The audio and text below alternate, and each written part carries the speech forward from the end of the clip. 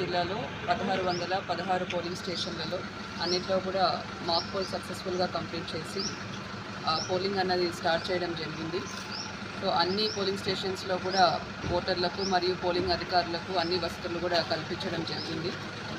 ఎండ తీవ్రతను దృష్టిలో పెట్టుకొని ప్రతి పోలింగ్ స్టేషన్లో కూడా టెంట్ అండ్ షేడ్ అనేది ఏర్పాటు చేయడం జరిగింది. దాంతోపాటు త్రాగునీటి సదుపాయం మరియు ఆశా ఎన్ఎంస్తో ఒక మెడికల్ ఎయిడ్ కిట్ కూడా ఏర్పాటు చేయడం జరిగింది. ఓటర్లందరికీ కూడా కోరేది ఏమంటే ఈరోజు పెయిడ్ హాలిడేగా డిక్లేర్ చేయడం కూడా జరిగింది. తప్పకుండా మీ అందరూ కూడా పోలింగ్ స్టేషన్కి వచ్చి మీ ఓటు హక్కు వినియోగించుకోవాల్సిందిగా కోరుతున్నాను.